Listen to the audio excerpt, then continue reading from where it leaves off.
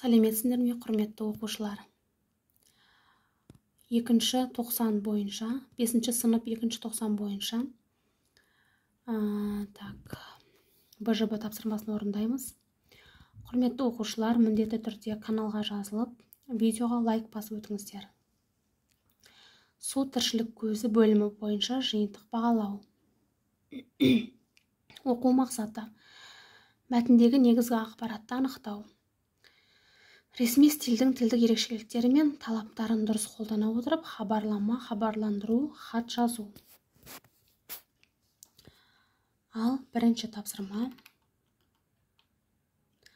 Мәтінді мұқият оқып, негізгі ақпаратты анықтап, бір сөйлеммен жазыңыз.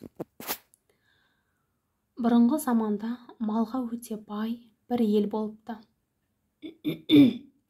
Бұл жердің тұрғындарының біздің отбасымыз бен малымызды қорғайтын батырымыз болса екен деген жалғыз армандары болыпты. Күндердің күнінде бір отбасында алып бала дүниеге келеді.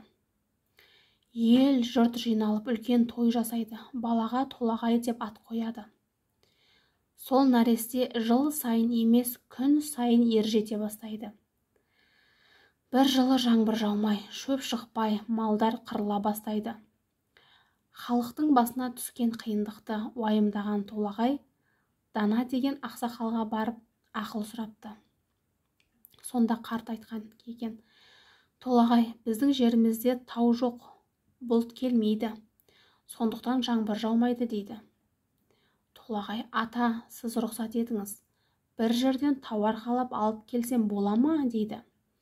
Қарт толағайға риза болып рұқсатын береді. Арада ай өтеді, жыл өтеді. Бір күні толағай Тарбағатай тауына жетіп, төменде орналасқан кішірек тауды арқасына салып алады. Арада біраз уақыт өткен соң толағай әлсірей бастайды. Ауылына жақындап қалғанда тізесі бүгіліп, құлап түседі. Еліне жаңбыр сыйлаған батыр осылай таудың астында мәңгі ұйқыға кетеді. Содан бері ол тауды ел толағай деп атап кетіпті. Жаңбыр жауған сайын жұрт толағайды есіне алады екен. Осы берілген мәтінді балалар мен еліне жаңбыр сыйлаған батыр деп бір сөйлеммен жаздым. Ал енді келесі тапсырмаға көшейік.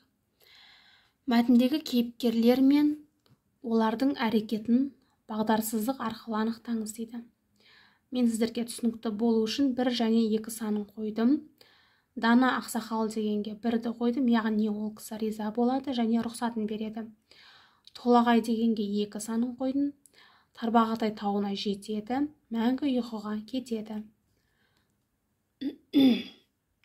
Ал енді 3-ші тапсырма.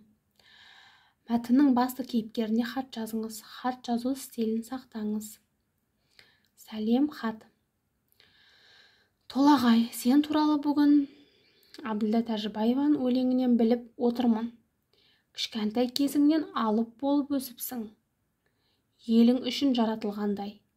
Жолбарыспен күресіп, әкеңді ажалдан алып қалдың. Елің үшін жаныңды қидың. Неткен алып жүректі адамсың.